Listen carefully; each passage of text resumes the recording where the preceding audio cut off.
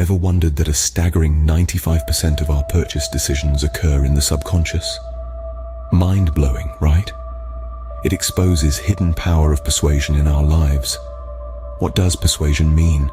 How does it function? These are intriguing questions. Now let's journey into the fascinating world of persuasion and its principles. Firstly, we have the principle of reciprocity. This principle, a cornerstone of our social fabric, is deeply rooted in the nature of human interactions. This principle serves as a foundation stone, a building block, one that is universally recognized across cultures and societies. It is a principle that is steeped in the very essence of human connection and interaction, a principle that highlights the importance of give and take in our day-to-day lives.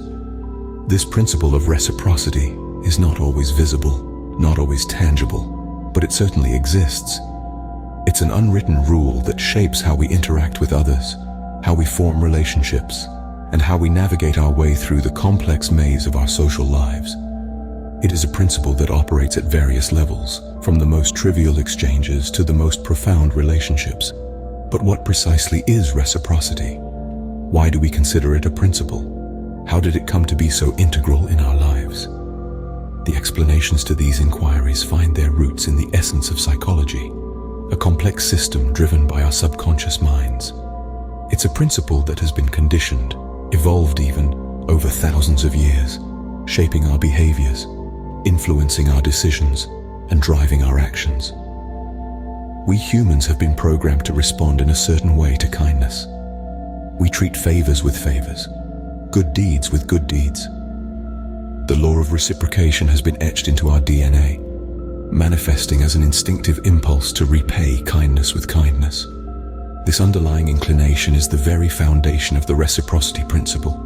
When we are at the receiving end of a favor, a gesture of goodwill, or an act of kindness, our minds register it. They form a mental note, a psychological IOU that reminds us of our obligation to return the favor. This isn't something that comes out of obligation, but rather an inherent desire to maintain balance, to equilibrium in our relationships. Consider a situation where a friend assists you in moving into a new house. They dedicate their time, energy, and resources to aid you in your time of need.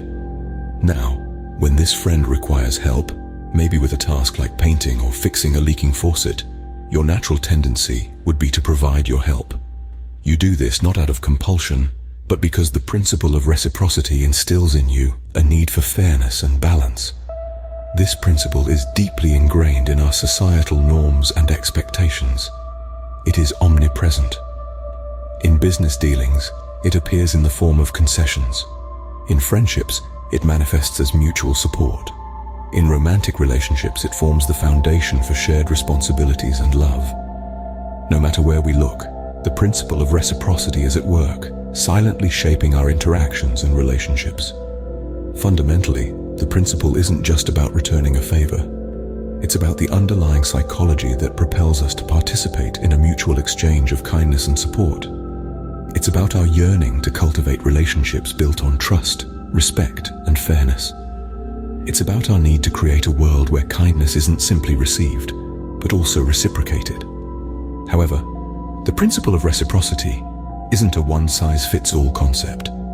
It varies from individual to individual, from situation to situation. It is influenced by cultural backgrounds, personal beliefs, circumstances, and relationships. Yet amidst these variations, there lies a common thread. An inborn desire to reciprocate kindness with kindness, to repay favors with favors. The principle of reciprocity is powerful, a driving force that fuels us to not just receive kindness, but also to give it. It's the adhesive that binds us together, that aids us in forming connections, that allows us to build communities. It's in our human nature to not want to be indebted to others. It's our innate response to ensure balance, to promote fairness, to uphold justice. The principle of reciprocity is not a one-size-fits-all concept. It varies from person to person, from situation to situation. It is influenced by cultural backgrounds, personal beliefs, circumstances, and relationships. Yet amidst all these variations, there lies a common thread: the innate desire to reciprocate kindness with kindness, to repay a favor with a favor. Next up is the principle of scarcity. This principle is an easy one to comprehend, yet perhaps one of the most powerful and compelling forces in human psychology. It's a fundamental concept that operates on a simple law of supply and demand. It focuses on the perception of rarity or exclusivity. In essence, scarcity dictates that people tend to place a higher value on things that are less available or harder to acquire. Take a moment and reflect on why limited editions, collectibles, or rare artifacts are so heavily sought after.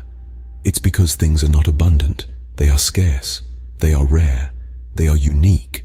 This is scarcity at work. This feeling of scarcity ignites a fear of missing out. It triggers a deep-seated psychological response, leading us to act and make decisions quickly. The principle of scarcity doesn't just apply to physical goods either. It also applies to experiences and time. Think about how a ticking countdown can spur you to action, or how exclusive once-in-a-lifetime are so desirable. That's the power of scarcity.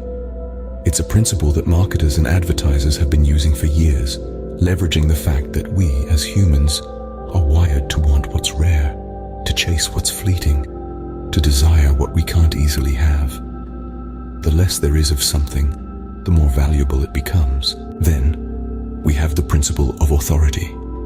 This powerful principle is rooted in our socialization process, where we are taught to respect and obey individuals in positions of authority. Over time, this ingrained behavior translates to a subconscious tendency to listen to, respect, and follow those who hold positions of command, whether in the workplace, the community, or even in social circles. People don't merely authority, they tend to idolize it, drawn towards the charisma and power it tends to radiate. This is often why we find ourselves deferring to the opinion of an expert or following the orders of someone with a high-ranking job title. The visual symbols of authority, such as accessories or even certain mannerisms, help to reinforce this perception of power and control. A police officer in uniform, a doctor in a white coat, a business executive in a tailored suit. These are all examples of how appearances can lend an air of authority. The attire, the posture, the accessories, they all contribute to creating an image of credibility and command. This principle is not just a psychological predisposition, it is a social phenomenon that has profound implications on how we perceive and interact with the world. When we see someone dressed in a uniform or carrying certain accessories, we automatically associate them with a position of authority, and we are more likely to accept their opinions or advice. The power of authority is such that it can persuade people to accept someone's opinions or advice. The fourth principle that we're going to delve into is consistency. What exactly does this mean? In the realm of human behavior, consistency refers to our innate desire to align our actions, beliefs, and attitudes with what we have previously expressed or enacted. It's a fascinating aspect of our nature, one that shapes our decisions and actions in a subtle yet powerful way. When we say people like to be consistent, we mean that individuals have a natural inclination to maintain a certain alignment with their prior words or deeds. It's about coherence, harmony, and avoiding contradiction. The words we've spoken in the past or actions we've taken set a precedent for our future behavior. This psychological phenomenon is often referred to as the consistency principle. This principle plays a significant role in our everyday lives. It's why we follow through with commitments, stay true to our promises, and uphold our personal and professional integrity.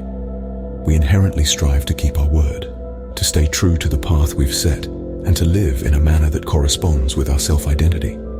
Consistency is not an abstract concept, but something that is triggered or activated. How does this work?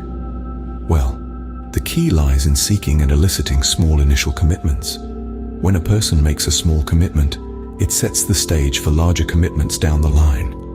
This is because we feel an internal drive to maintain consistency with our prior commitments, no matter how small they may be.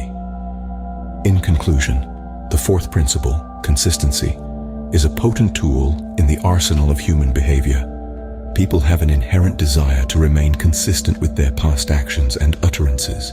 This principle is activated when we seek out and secure even the smallest pledges of commitment. These initial commitments serve as stepping stones, paving the way for larger commitments that can be made. Next is the principle of liking. People prefer to say yes to those that they like. But what makes one